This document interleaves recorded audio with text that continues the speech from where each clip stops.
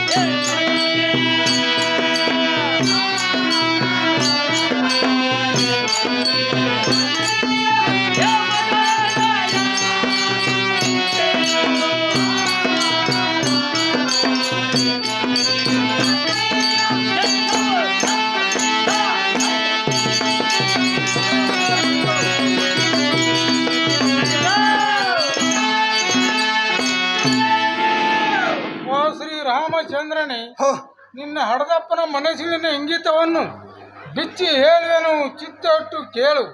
ಹಿಂದಕ್ಕೆ ದೇವಾಸೂರ ಯುದ್ಧದಲ್ಲಿ ದಶರಥ ಮಹಾರಾಜನು ಸೋತಾಗ ನಾನು ಸಹಾಯ ಮಾಡಿ ಜಯವಾಗುವಂತೆ ಮಾಡಿದೆನು. ಅರಸನು ಹರಸುತನಾಗಿ ನಾನು ಬೇಕಾದಾಗ ಬೇಡಂತ 2 ವರಗಳನ್ನು ಕೊಡ್ತೇನೆಂದು ವಚನ ಕೊಟ್ಟಿರುವನು. ಅದೇ ಪ್ರಕಾರ ನೀನು ಜಟಾಧಾರಿಯಾಗಿ 14 ವರ್ಷ ವನವಾಸಕ್ಕೆ ಹೋಗಬೇಕು. 2ನೇ ವರಕ್ಕೆ ನನ್ನ ಮಗನಾದ ಭರತನಿಗೆ ಪಟ್ಟವಾಗಬೇಕು. ಇಷ್ಟು ಮಾತ್ರ ಕೇಳಿಕೊಂಡ್ರನು. ಈ ಮಾತನ್ನು ಹೇಳಲಾರದೆ ಅತಿ ದುಃಖ ಪಡಿತಿರುವನು. ನೀನು ನಿನ್ನ ಪಡಿದಾತನ ಮಾತನ್ನು ನಡೆಸಿಕೊಡೋದಾದರೆ ಈಗಿಂದೀಗಲೇ ಅರಣ್ಯಕ್ಕೆ ತಳವಂತನಾಗಪ್ಪ ರಾಮಚಂದ್ರ. ತಾಯಿ, ಇದ್ಯಾವ ದೊಡ್ಡ ಮಾತೆಂದು ತಂದೆಯವರು ಭಯ ಪಟ್ಟಿರುವರು. ತಂದೆಯ ವಚನಕ್ಕಿಂತ ನನ್ನ ವನವಾಸವು ಹೆಚ್ಚಿನದಲ್ಲ. ನನ್ನ ರಾಜ್ಯವನ್ನು ಸರ್ವೈಶ್ವರ್ಯವನ್ನು ನನ್ನ ತಮ್ಮನಾದ ಭರತನಿಗೆ ನಾನಾಗಿಯೇ ಕೊಡಬೇಕೆಂದು ಆಲೋಚಿಸಿರುವಾಗ ತಂದೆ ತಾಯಿಗಳ ಆಜ್ಞೆಯಾದ ಮೇಲೆ ನನಗೆ ಮತ್ತಿಷ್ಟು ಆನಂದವಲ್ಲವೇ ತಾಯಿ? ತಡವೇಕೆ? ಕೇಕೆಯ ಪಟ್ಟಣಕ್ಕೆ ಹೋದ ಭರತನನ್ನು ತೀವ್ರವಾಗಿ ಕರೆಯಿಸು. ನನ್ನ ಕೈಯಿಂದಲೇ ಆತನಿಗೆ ಪಟ್ಟಾಭಿಷೇಕ ಮಾಡಿ ದಂಡ ಕಾರುಣ್ಯಕ್ಕೆ ಹೊರಟು ಹೋದೆನು. ಇದರ ಬಗ್ಗೆ ಸರ್ವತಾ ಚಿಂತಿಸಬೇಡ ಮಾತೆ. ಮಗನೇ, ಮುಂದಾರದನ್ನು ಕೇಳುವಂತ ನಾವು ಅದೇನು ಹೇಳುತ್ತಾಳ.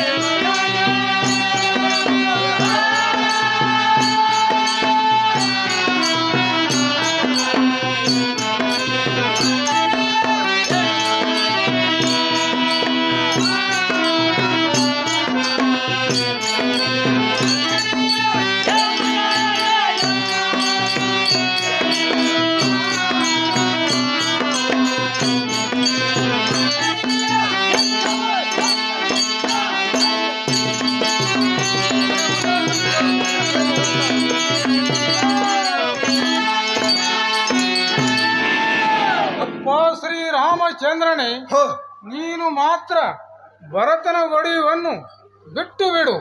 ಆತನನ್ನು ನಾನು ಕರೆಸಿ ಪಟ್ಟಾಭಿಷೇಕ ಮಾಡುವೆವು. ನೀನು ಮಾತ್ರ ದಂಡ ಕಾರಣಕ್ಕೆ ಹೋಗಬೇಕು. ನೀನು ಹೋಗದ ಹೊರತು ದ್ವರಿಗೆ ಸಮಾಧಾನವಾಗುವುದಿಲ್ಲ. ಕಾರಣ ತ್ವರಿತದಿಂದ ಅರಣಕ್ಕೆ ತಳವಂತನಾಗಪ್ಪ ರಾಮಚಂದ್ರ. ಮಾತೆ, ನಾನು ಕೇವಲ ಹಣದಾಸೆ ಉಳ್ಳವನು, ವಂಚಕನು ಎಂದು ತಿಳಿಯಬೇಡ. ಬ್ರಹ್ಮ ಋಷಿಗಳಿಗೆ ಸರಿಯಾದ ಧರ್ಮಿಷ್ಠನೆಂದು ತಿಳಿ. ಕೊಟ್ಟ ವಚನಕ್ಕಾಗಿ ಎಷ್ಟು ಕಷ್ಟ ಬಂದರೂ ಇಟ್ಟ ಕಾಲನ್ನು ಹಿಂದೆ ಸರಿಸುವಂತವನಲ್ಲ ಎಂಬುದನ್ನು ಮರೆಯಬೇಡ ತಾಯಿ. ಹೋಗಿ ಬರುತ್ತೇನೆ, ದಯ ಇರಲಿ. ಎನ್ನ ರಘುವಂಶಾಬ್ದಿ ಚಂದ್ರನಾದ ತಂದೆ, ಕಂದನಿಗೆ ಅಪ್ಪಣೆಯನ್ನು ದಯ ಪಾಲಿಸುವಂತನಾಗು. ಇದೇ ನನ್ನ ಕಟ್ಟ ಕಡೆಯ ಭೇಟಿಯು. ಈಗಲೇ ನಾನು ಮಾತೋಶ್ರೀವರಾದ ಕೌಶಲ್ಯಾದೇವಿಗೂ ಪತ್ನಿಯಾದ ಸೀತೆಗೂ ತಮ್ಮನಾದ ಲಕ್ಷ್ಮಣನಿಗೂ ಹೇಳಿ ದಂಡ ಕಾರುಣ್ಯಕ್ಕೆ ಹೊರಟು ಹೋಗುವೆನು. ಈ ಚಿರಂಜೀವನ ಮೇಲೆ ಸಂಪೂರ್ಣ ಪ್ರೇಮವಿರಲಿ. ತಂದೆ ಹೇಳನ್ನ ಮುಂದೆ. ಅಯ್ಯೋ ರಾಮಚಂದ್ರ, ಹೋ,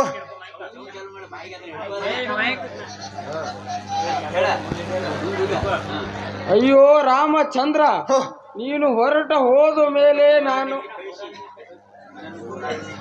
ಅಯ್ಯೋ ರಾಮಚಂದ್ರ, ನಿನ್ನನ್ನು ಗೋರ್ಯಾರಣ್ಯಕ್ಕೆ ಕಳಿಸಿ ನಾನು ಹೇಗೆ ಜೀವಿಸಲಿ? ಜ್ಯೇಷ್ಠ ಪುತ್ರನಾದ ನಿನ್ನನ್ನು ಈ ದುಷ್ಟಳ ಮಾತಿಗಾಗಿ ಕೆಟ್ಟವನ ಕಟ್ಟಿದರೆ ಲೋಕದಲ್ಲಿ ನನಗೆ ಯಾರು ಶ್ರೇಷ್ಠನೆನ್ನುವರು? ಅಯ್ಯೋ ರಾಮ, ಹೋ, ನೀನು ಹೊರಟು ಹೋದ ಮೇಲೆ ನನ್ನ ಅರಸೊತ್ತಿಗೆ ಇದ್ದರೇನು, ಹುರುಪಳಿಸಿ ಹೋದರೇನು, ಭರತನಿಗೆ ಪಟ್ಟವಾದರೇನು, ಸುಟ್ಟು ಹೋದರೇನು, ನಾನು ಸರ್ವತಾ ಜೀವಿಸಲಾರೆನೋ ನನ್ನ ಮೋದಗಿನಿಯೇ. ತಂದೆ, ನೀನು ನನ್ನ ಮೇಲಿನ ಮೋಹದಿಂದ ಈ ಪ್ರಕಾರ ಹುಚ್ಚರಂತೆ ಶೋಕಿಸುವುದು ಸರ್ವತಾ ಯೋಗ್ಯವಲ್ಲ. ಯಾಕೆಂದರೆ ಕೈಕಾದೇವಿಗೆ ಕೊಟ್ಟ ವಚನದಂತೆ ನೀನು ನಡೆದುಕೊಳ್ಳದಿದ್ದರೆ ನಿನಗೆ ವಚನ ಭ್ರಷ್ಟರೆಂದು ಶ್ರೇಷ್ಠ ಜನರು ಅನ್ನದೇ ಬಿಡಲಾರರು. ಶ್ರೇಷ್ಠ ಸೂರ್ಯ ವಂಶಸ್ಥನಾದ ನಿನ್ನನ್ನು ವಚನ ಭ್ರಷ್ಟ ಮಾಡಿ ನಾನು ಪಟ್ಟವೇರಿದರೆ ಹುಟ್ಟಿದಕ್ಕೆ ಸಾರ್ಥಕವೇನು? ಪೂರ್ವದಲ್ಲಿ ನಮ್ಮ ವಂಶದವರಾದ ಹರಿಶ್ಚಂದ್ರ ಮಹಾರಾಜರು ಸ್ವಪ್ನದಲ್ಲಿ ವಿಶ್ವಾಮಿತ್ರನಿಗೆ ಕೊಟ್ಟ ವಚನಕ್ಕಾಗಿ ಎಷ್ಟು ಕಷ್ಟಪಟ್ಟರೆಂಬುದು ನಿನಗೇನು ಹೊಸದಾಗಿ ಹೇಳಬೇಕಾಗಿಲ್ಲ. ನನ್ನ 14 ವರ್ಷ ವನವಾಸವೆಂದರೇನು ತಮ್ಮ ಕೃಪೆಯಿಂದ 14 ಗಳಿಗೆಯಂತೆ ಕಳೆದು ನಿಮ್ಮ ಪಾದ ಸನ್ನಿಧಿಗೆ ಬರುವೆನು.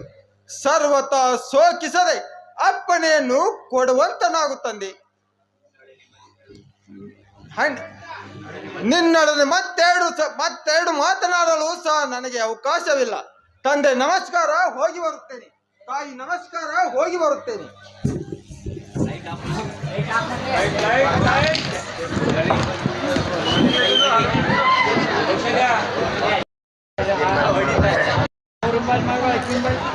ಷಡು ಶೃಂಗಾರದಿಂದ ಬಂದು ನಿಂತಂತವ್ರ ದಾರ್ತಾಯಿ ಹೋ ಸಡಗರದಿಂದ ಆ, ಆ, ಕಡು ಜಾಣ್ಮೆಯಿಂದ ಆ, ಪಡೆದಿ ಪರ ಮಡದಿಯನ್ನು ಗಡನೆ ವಿಚಾರಿಸುವ ಕಂದ ನೀನು ಯಾರಪ್ಪ ಸುಂದರ ಮಾತಿನಲ್ಲಿ ಬಂದೂರ.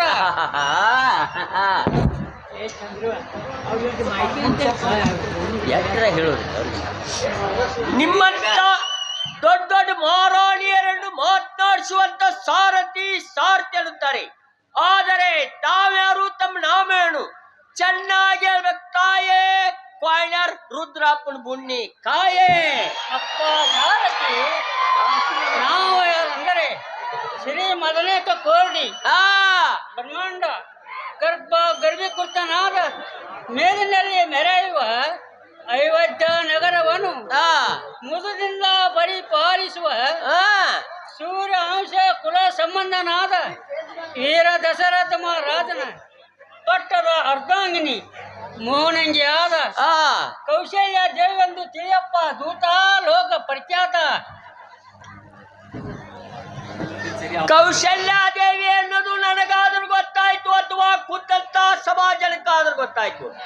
ಆದ್ರೆ ತಮ್ಮ ಮಾಲು ಮಂದಿರ ಬಿಟ್ಟು ಶೃಂಗಾರದಿಂದ ಈ ರಂಗಮಂಡಲಕ್ಕೆ ಬಂದ ಕಾರಣ ಏನ್ ತಾಯಿ? ಅಪ್ಪ ಸಾರಥಿ, ನಾವು ಶೃಂಗಾರದಿಂದ ರಂಗಮಂಟಪಕ್ಕೆ ಬಂದ ಕಾರಣವೇನೆಂದರೆ, ಹೌದು, ನನ್ನ ಹೊಟ್ಟೆಯ ಮಗನಾದ ಶ್ರೀರಾಮಚಂದ್ರನಿಗೆ ಇವತ್ತಿನ ದಿವಸ ಪಟ್ಟ ವೀಸಿಕೆ ಮಾಡುವುದರಿಂದ ತಟ್ಟನೆ ರಾಜಮಠಕ್ಕೆ ಬರೋಣಾಗಿತ್ತು ನೋಡಪ್ಪ ಸಾರಥಿ. ತಾಯಿ ತಮ್ಮ ಕಾರ್ಯವನ್ನು ನಿರ್ವಹಿಸುವಂತ ಹೋಗುವಂತರಾಗಿರಿ. ತಾಯಿ ತಮ್ಮ ಚನ್ನಾರ ವಿಂದಗಳಿಗೆ ವಂದಿಸುವೆನು. ಮಗನೇ, ಅಸುರನ ಮೇಲೆ ಹೇಳುವಂತ ನಗು. ಅಪ್ಪ ದಶರಥ ಮಹಾರಾಜನು ಈ ದಿವಸ ನಿನಗೆ ಪಟ್ಟ ವೀಸಿಕೆ ಮಾಡುವನು. ನೀನು ಇನ್ನು ಮೇಲೆ ಅರಸನಾಗಿವಿ. ಆದರೂ ಅರಸನಾದನೆಂಬ ಗರ್ವದಿಂದ ನಡೆಯದೆ ಮೊದಲಿನಂತೆ ನಿನ್ನ ಜನಕನ ಸೇವೆಯನ್ನು ಮಾಡು. ನಿನ್ನ ಮರತರಾದ ಸುಮಿತ್ರ ಕೈಕರನ್ನು ನನಗಿಂತ ಹೆಚ್ಚಾಗಿ ನೋಡು. ಗುರುಗಳಾದ ವಶಿಷ್ಠರ ಮಾತನ್ನು ಸರ್ವತಾ ಮೀರಬೇಡ. ಇಷ್ಟ ಪ್ರಜೆಗಳನ್ನು ಮಕ್ಕಳಂತೆ ಕಾಪಾಡು. ಇಷ್ಟೇ ನಾನು ನಿನಗೆ ಹೇಳುವುದು.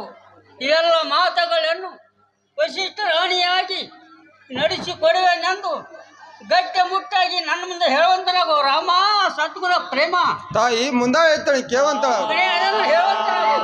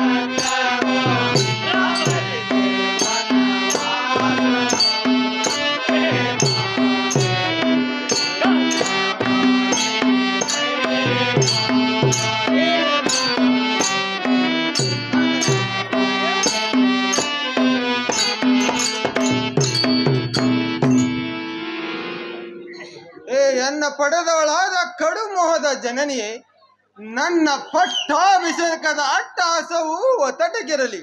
ನಾನು ನಿನಗೂ ಸೀತೆಗೂ ಬಂಧು ಬಳಗಕ್ಕೂ ಮಹಾ ದುಃಖವನ್ನುಂಟು ಮಾಡುವ ಕಡು ಪಾಪಿಯಾದೆನು. ಮಲತಾಯಿಯಾದ ಕೈಕೆಗೆ ಕೊಡಬೇಕಾದ 2 ವರಗಳಿಗಾಗಿ ತಂದೆಯಾದ ದಶರಥ ಮಹಾರಾಜರು ಭರತನಿಗೆ ಪಟ್ಟಾಭಿಷೇಕ ಮಾಡುವುದಕ್ಕೂ ನನಗೆ 14 ವರ್ಷ ವನವಾಸಕ್ಕೆ ಹೋಗುವುದಕ್ಕೂ ಕಡು ದುಃಖಿತನಾಗಿ ಅಪ್ಪಣೆಯನ್ನು ಕೊಟ್ಟಿರುವನು. ಆದ್ದರಿಂದ ನಾನು ಈ ಹೊತ್ತಿನ ದಿವಸ ದಂಡ ಕಾರುಣ್ಯಕ್ಕೆ ಮುನಿಗಳಂತೆ ಪ್ರಯಾಣ ಬೆಳೆಸಿ ಗಡ್ಡೆ ಗೆಣಸುಗಳನ್ನು ತಿಂದು ಕಾಲಹರಣ ಮಾಡುವೆನು. ಆದ್ದರಿಂದ ದಯಮಾಡಿ ನನಗೆ ಅಪ್ಪಣೆಯನ್ನು ಕೊಡುವಂತಾಗುತ್ತಾಯಿ. ಮಗನೇ, ಮುಂದಾದ ಅದೇನು ಹೇಳುವಂತಾಗು.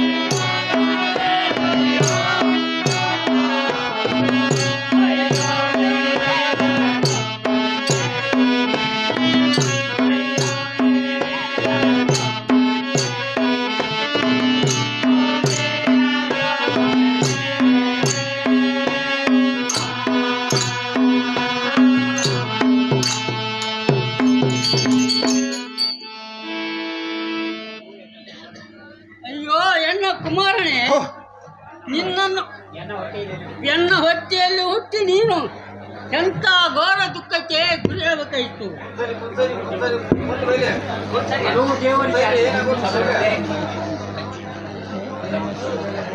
ಹಲೋ, ದೇವರಿಗೆ ಹರಕೆಯನ್ನು ಹೊತ್ತು ನಿನ್ನನ್ನು ಹಡಿಯೋದಕ್ಕಿಂತ ನಾನು ಬಂಜಿಯಾಗಿದ್ದರೆ ಲೇಸ ಇತ್ತು. ಗುರುವರು ಅವನನ್ನು ಸೌಂತ್ಯ ಕೈಕೈಯು ತನ್ನ ಅಕ್ಕರ್ತನ್ನು ತೀರಿಸಿಕೊಂಡಳೆ. ಅಯ್ಯೋ ಎನ್ನ ಬಾಳ ನೀನು, ಅಯ್ಯೋ ಎನ್ನ ಬಾಳ, ನಿನ್ನನ್ನು ಬಿಟ್ಟು ನಾನು ಹೇಗೆ ಜೀವಿಸಲಿ?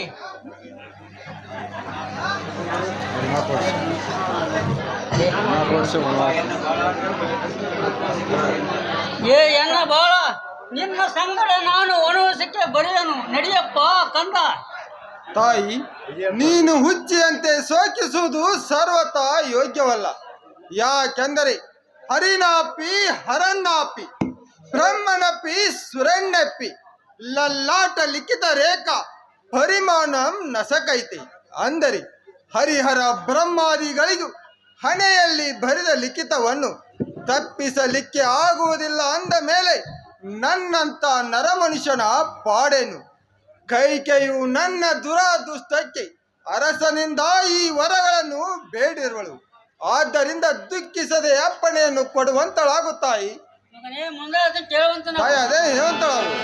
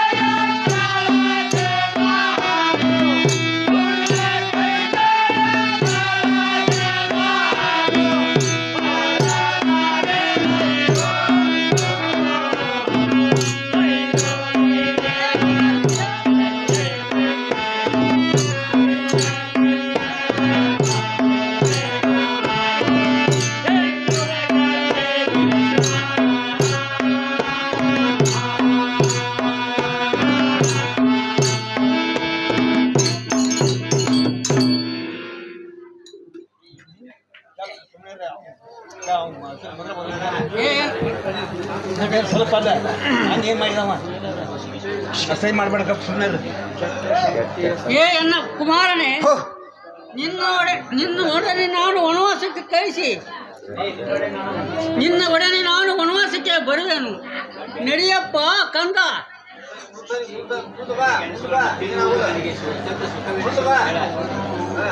ನಿನ್ನ ಒಡನೆ ನಾನು ವನವಾಸಕ್ಕೆ ಬಂದು ಗಡ್ಡಿ ಗೆಣಸು ತಿನ್ನೋದು ನನಗೆ ಅತ್ಯಂತ ಸುಖ ಅನಿಸೋದು. ನಿನ್ನನ್ನು ನಾನು ವನವಾಸಕ್ಕೆ ಕಳಿಸಿ ಆ ನೀಚಳಾದ ಕೈ ತೆಳಗೆ ದಾಸಿಯಂತೆ ಬಾಳುವುದು ಸರ್ವತಾ ನನ್ನಿಂದ ಆಗದು. ಆ ಭರತನಿಗೆ ಪಟ್ಟವಾದರೂ ಆಗಲಿ, ನೀನು ಮಾತ್ರ ವನವಾಸಕ್ಕೆ ಹೋಗದೆ ಇಲ್ಲೇ ಇದ್ದುಕೊಂಡು ನನ್ನ ಸಂರಕ್ಷಣೆ ಮಾಡು. ಲೋಕದಲ್ಲಿ ಮಕ್ಕಳಿಗೆ ತಂದೆ ತಾಯಿ ಇಬ್ಬರು ಸರಿಯಲ್ಲವೇ? ತಂದೆಯ ಮಾತನ್ನು ಕೇಳಿ ತಾಯಿಯ ಮಾತನ್ನು ಮೀರೋದು ಸರ್ವತಾ ಯೋಗ್ಯ ಅಲ್ಲ. ಸುತ್ತನೇ ಎನ್ನ ಹಿತನೇ. ಎನ್ನ ಮಾತೆ, ತಾತನ ಮಾತನ್ನು ಮೀರಿ ನಡೆಯಲಿಕ್ಕೆ ನನಗೆ ಎಷ್ಟು ಮಾತ್ರಕ್ಕೂ ಶಕ್ತಿ ಸಾಲದು. ತಾಯಿ, ಅಡ್ಡ ಬಿದ್ದ ಬೇಡಿಕೊಳ್ಳುತ್ತೇನೆ, ದಯಮಾಡಿ ನನಗೆ ಅಪ್ಪಣೆಯನ್ನು ಕೊಡುವಂತಳಾಗು. ಪೂರ್ವದಲ್ಲಿ ನಮ್ಮ ವಂಶದವರಾದ ಸಗರ ರಾಜನ ಮಕ್ಕಳು 60,000 ಮಂದಿ ತಂದೆಯ ಆಜ್ಞಾನುಸಾರವಾಗಿ ಭೂಮಿಯನ್ನು ಅಗಿದು ಸತ್ತು ಹೋಗಲಿಲ್ಲವೇ? ಪರಶುರಾಮನು ತಂದೆಯ ಆಜ್ಞಾನುಸಾರವಾಗಿ ತಾಯಿ ರೇಣುಕೆಯ ಶಿರಚ್ಛೇದನ ಮಾಡಲಿಲ್ಲವೇ? ಹೀಗೆ ಪೂರ್ವಿಕರು ತಂದೆಯ ಆಜ್ಞಾನುಸಾರವಾಗಿ ನಡೆದು ಬಂದಿರಲು ನೀನು ನನಗೆ ಬೇಡೆನ್ನುವುದು, ನೀನು ನನ್ನ ಕೂಡ ವನಕ್ಕೆ ಬರುವುದು ಸರ್ವತಾ ಯೋಗ್ಯವಲ್ಲ ತಾಯಿ. ಯಾಕೆಂದರೆ ಸ್ತ್ರೀಯರಿಗೆ ಗಂಡನ ಹೊರತು ಮತ್ತಾರು ಶ್ರೇಷ್ಠರಲ್ಲ. ಪತಿಯ ಸೇವೆಯಲ್ಲಿ ನೀನು ಕಾಲ ಕಳೆಯಬೇಕಲ್ಲದೆ ಸುತನ ಮೇಲಿನ ಪ್ರೇಮಕ್ಕಾಗಿ ನೀನು ನನ್ನ ಕೂಡ ಬರುವನೆಂದರೆ ಸರ್ವತಾ ನಿನಗೆ ಭೂಷಣವಾಗಲಾರದು. ತಂದೆಗೆ ಬಂದಿರುವ ಇಂಥ ಕಠಿಣ ಕಾಲದಲ್ಲಿ ಪತಿಯ ಆರೈಕೆಯನ್ನು ಬಿಟ್ಟು ನೀನು ನನ್ನೊಡನೆ ಬಂದರೆ ಮೊದಲೇ ನನ್ನ ಸಲುವಾಗಿ ಶ್ಲೋಕ ಸಾಗರದಲ್ಲಿ ಮುಳುಗಿರುವ ತಂದೆಯ ಗತಿ ಏನಾದೀತೆಂಬುದು ನೆನಪಿನಲ್ಲಿಡು. ನನ್ನ 14 ವರ್ಷ ವನವಾಸವೆಂದರೇನು 14 ಗಳಿಗೆಯಂತೆ ಕಳೆದು ನಿಮ್ಮ ಪಾದ ಸನ್ನಿಧಿಗೆ ಬರುವೆನು. ಸರ್ವತಾ ದುಃಖಿಸದೆ ಆಶೀರ್ವದಿಸಿ ಅಪ್ಪಣೆಯನ್ನು ಕೊಡುವಂತಳಾಗುತ್ತಾಯಿ. ಮಗನೇ ಮುಂದೆ ಕೇಳ್ತಾನೆ. ತಾಯಿ ಅದೇನು ಹೇಳುವಂತಳಾಗು.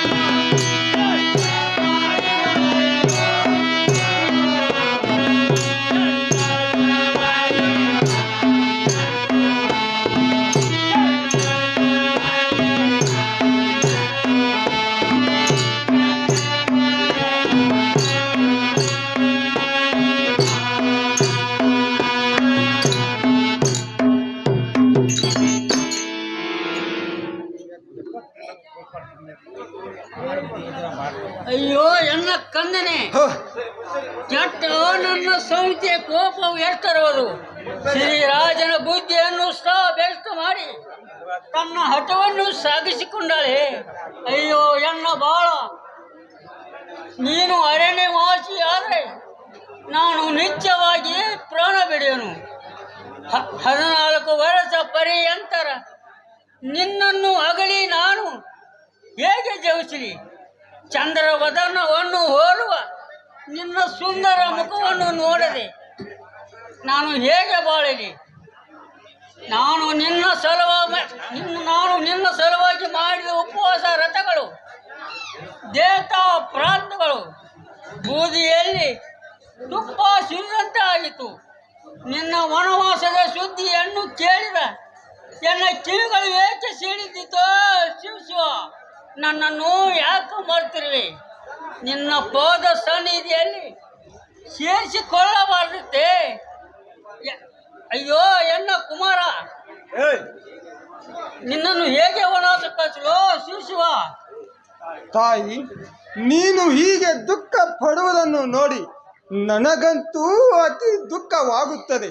ನೀನು ಕೋಶಲ ದೇಶದ ಅರಸನ ಮಗಳಾಗಿ ಈ ಕ್ಷಾಕು ಮಹಾರಾಜನ ಕುಲಕ್ಕೆ ಸೊಸೆಯಾಗಿ ಮಹಾಧೈರ್ಯವಂತೆಯಾದ ನೀನು ಅಜ್ನ ಸ್ತ್ರೀಯರಂತೆ ದುಃಖಿಸುವುದು ಸರ್ವತಾ ಯೋಗ್ಯವಲ್ಲ ತಾಯಿ. ಯಾಕೆಂದರೆ ಸಂಸಾರದಲ್ಲಿ ಸುಖ ದುಃಖಗಳೆರಡು ಜೊತೆಯಾಗಿರುವವು. ಈಗೋ ನಾವು ಅಪೇಕ್ಷಿಸದೆ ದುಃಖವು ಹೇಗೆ ತಾನಾಗಿ ಬಂದೊದಗಿತವು ಅದರಂತೆ ಸುಖವು ಬಂದೊದಗುವುದು. ಕಾರಣ ನೀ ದುಃಖಿಸದೆ ಅಪ್ಪಣೆಯನ್ನು ಕೊಡುವಂತಳಾಗುತ್ತಾಯಿ. ಅಪ್ಪ ಸಾರಥಿ, ನನ್ನ ಮಗನ ಎಷ್ಟು ಹೇಳಿದರೂ ಕೇಳದೆ ತಿರುಗಿ ನನ್ನನ್ನು ಸಮಾಧಾನ ಪಡಿಸಲಿಕ್ಕೆ ಬರುವನು. ಆದ್ದರಿಂದ ಆ ಪ್ರೀತಿಯ ಮಗನಾದ ಲಕ್ಷ್ಮಣನನ್ನು ಕರೆದುಕೊಂಡು ಬರುವಂತರಾಗೋ. ಆಜ್ಞೆ ಮಾಡ್ತಾಯಿ.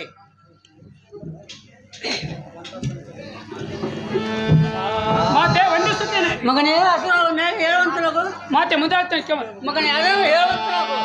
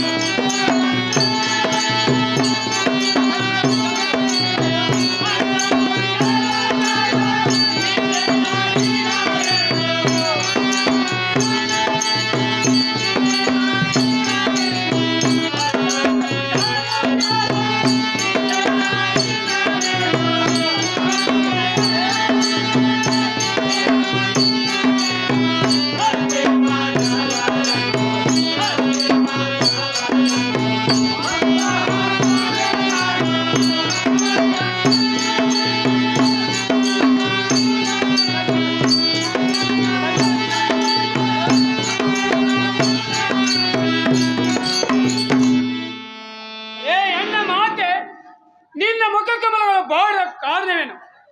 ನಿನ್ನ ಸವತಿಯರಾರು ನಿಂದೆ ನಾಡಿದರು ಅಥವಾ ಮಲಮಕ್ಕಳಾದ ನಾವೇನಾದರೂ ತಪ್ಪು ಮಾಡಿದೆವು? ಇಲ್ಲವೇ ಮಂದಮತಿಗಳಾದ ಹಂದಿ ಮಾನವರು ಯಾರಾದರೂ ನಿಂದೆ ನಾಡಿದರೆ ಹೇಗೆ ಸ್ಪಷ್ಟವಾಗಿ ಈ ಕಂದನ ಮುಂದೆ ಸಂದ ಮೇಲೆ ಹೇಳಿದರೆ ಅವರನ್ನು ಕೊಂದು ಹಾಕಿ ಬಿಡುವನು. ತೀರ್ವ ಹೇಳುವಂತವಾಗು ಮಾತೆ. ಅಪ್ಪ ಮಗನೇ ಲಕ್ಷ್ಮಣ, ನನಗ ಬಂದ ಸಂಕಟವನ್ನು ಏನೊಂದು ಹೇಳಲಿ. ನನ್ನ ಸಮಿತಿಯ ಕೈಯು ತನ್ನ ಮಗನಾದ ಭರತನಿಗೆ ಪಟ್ಟವಾಗಬೇಕೆಂದು ಹಠ ಹಿಡಿದು ನನ್ನ ಶ್ರೇಷ್ಠ ರಾಮನನ್ನು 14 ವರ್ಷ ವನವಾಸಕ್ಕೆ ಹೋಗಬೇಕೆಂದು ದಶರಥ ಮಹಾರಾಜ ಮುಂದೆ ಹಠ ಹಿಡಿದು ನನ್ನ ಮುದ್ದ ಗಿಳಿಯನ್ನು ಹೊರಗೆ ಹಾಕಲಿಕ್ಕೆ ಸಿದ್ಧರಾಗಿರೋಳು. ಆದ್ದರಿಂದ ಅಪ್ಪ ಬಾಲಕ, ಇನ್ನು ಮೇಲೆ ಹೇಗಾದರೂ ಮಾಡಿ ಉಳಿಸ್ಕೊಂತಾನಪ್ಪ ಬಾಲಕ. ತಾಯಿ ಮುಂದಾತಿ ಕೇಳುವಂತ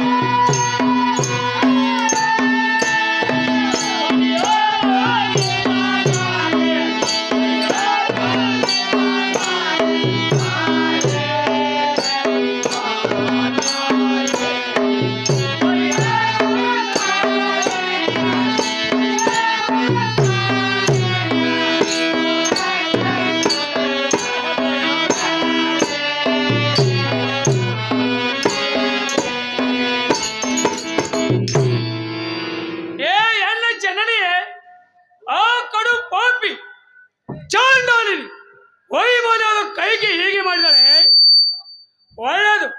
ತಡ ಮಾಡಿದ ನನಗೆ ಅಪ್ಪನೆಲ್ಲ ಕೊಡು. ಆ ಮೂಢಮತಿ ಶಿರವನ್ನು ಕಡಿದು ನೀನ್ ನಡಿಗೆ ತಂದಿಡ್ತೇನೆ. ಈ ಶಿರಗಡದ ವಾಕ್ಯನ ಕೇಳಿ ಅವಳ ಮಗನಾದ ಬರ್ತನೆ ಬಂದರೆ ಅವನನ್ನು ತರನೇ ತಡಗಪ್ಪಳಿಸಿ ಶಿರ ಕೊಯ್ದು ನರಿ ನಾಯಿಗಳಿಗೆ ಆಹಾರ ಮಾಡಿಬಿಡೋನು. ತಡವೇಕೆ ಕಡು ವೇಗದ ಅಪ್ಪಣೆ ಕೊಡುವಂತವಾಗ ಮತ್ತೆ.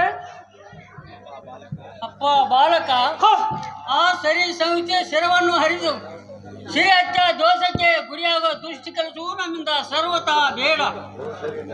ಆ ಅರಸ ಪಟ್ಟವನ್ನು ತನ್ನ ಮಗನಾದ ಭರತನಿಗೆ ಕಟ್ಟಿಕೊಳ್ಳಲಿ.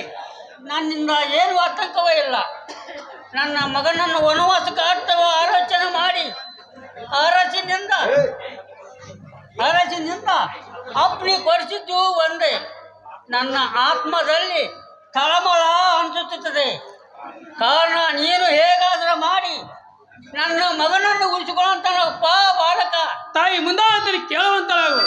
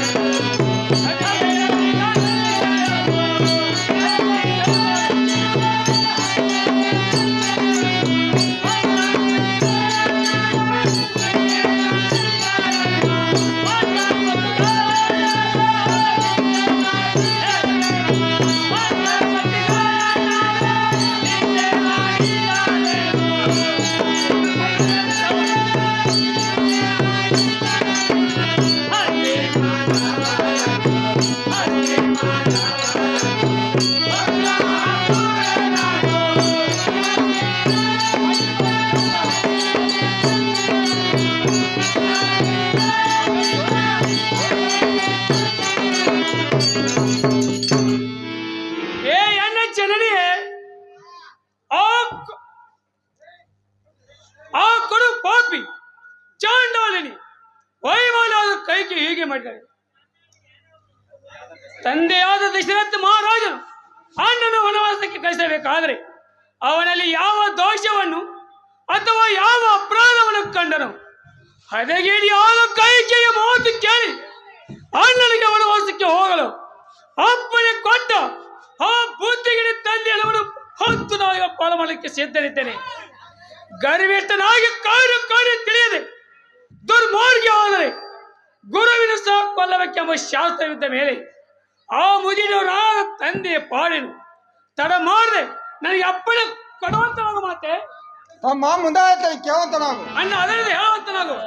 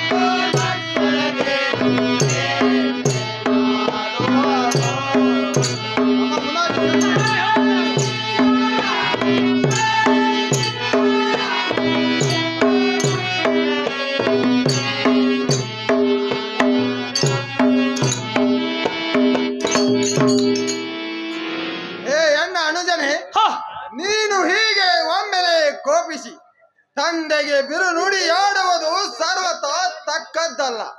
ನೀನು ನನ್ನ ಮೇಲಿನ ಮೋಹದಿಂದ ಹೀಗೆ ಬಿರುನುಡಿಯಾಡಿದೆ ಹೊರತು ಸ್ವಪ್ನದಲ್ಲಿಯೂ ಕೂಡ ನೀನು ಪಿತೃದ್ರೋಹಿಯಾಗಿರ್ಲಿಕ್ಕಿಲ್ಲ.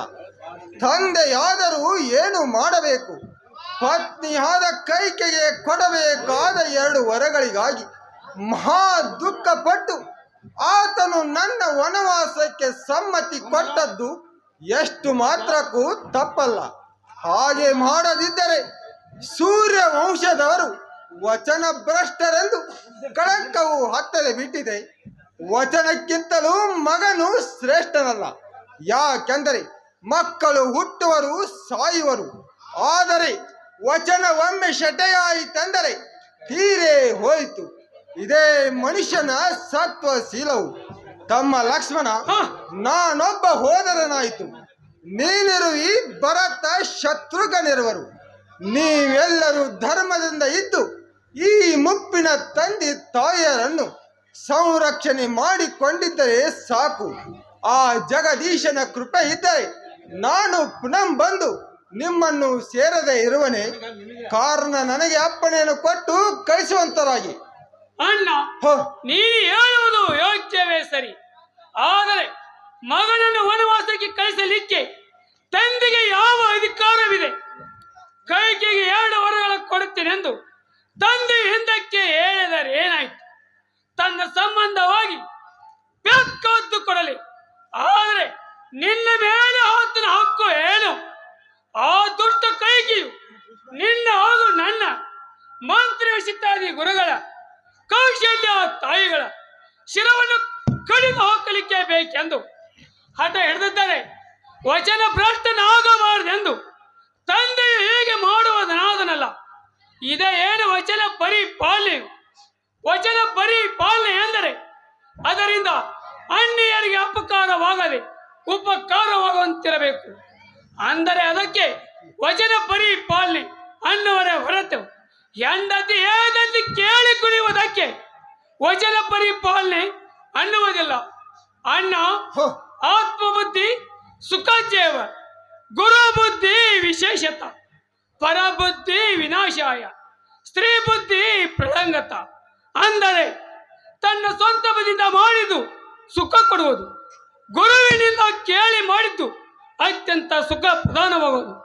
ಎರಡನೇ ಅದರಲ್ಲಂತೂ ಸ್ತ್ರೀಯರ ಮಾತನ್ನು ಕೇಳಿ ಮಾಡಿದ್ದು ಪ್ರಾಯವನ್ನೇ ಉಂಟು ಮಾಡುವುದೆಂದು ಪೂರ್ವಜನರ ಹೇಳಿದ ಪವಿತ್ರ ವಾಕ್ಯಗಳು ಸುಳ್ಳು. ಹಾಗೆ ನೀನೇ ನೋಡು ಅಣ್ಣ, ನಿನ್ನ ಸಮಾಧಾನಕರ ಮಾತುಗಳಿಂದ ನನಗೆ ಸರ್ವತಾ ಸಮಾಧಾನ ಆಗಲಾರದು ಅಣ್ಣ. ತಮ್ಮ ಲಕ್ಷ್ಮಣ, ಮಕ್ಕಳ ಶರೀರದ ಮೇಲೆ ತಂದೆ ಹಕ್ಕು ಏನೆಂದು ನೀನು ಮಾತನಾಡುವುದು ಯೋಗ್ಯವಲ್ಲ. ಯಾಕೆಂದರೆ ತಂದೆಯ ಬಿಂದುವಿನಿಂದಲೇ ನಾವು ಜನಿಸಿಲ್ಲವೇ? ಮನುಷ್ಯನಲ್ಲಿ ನರ, ರೋಮ, ಎಲಬು, ಕೊಬ್ಬು, ರಕ್ತಸುಗಳು ತಂದೆಯ ಅಂಶದಿಂದ ಉಂಟಾಗುವು. ಚರ್ಮ, ರಕ್ತ, ಮಾಂಸಗಳು ತಾಯಿ ಅಂಶದಿಂದಲೇ ಉಂಟಾಗುವು ಎಂಬ ಪ್ರಬಲ ಶಾಸ್ತ್ರಾಧಾರವಿರುವುದರಿಂದ ನಮ್ಮಲ್ಲಿ ಎಲಬು, ಕೊಬ್ಬು ಮುಂತಾದವುಗಳು ಇರುವವರೆಗೆ ತಂದೆ ಆಜ್ಞೆಯನ್ನು ಪರಿಪಾಲಿಸಬೇಕು.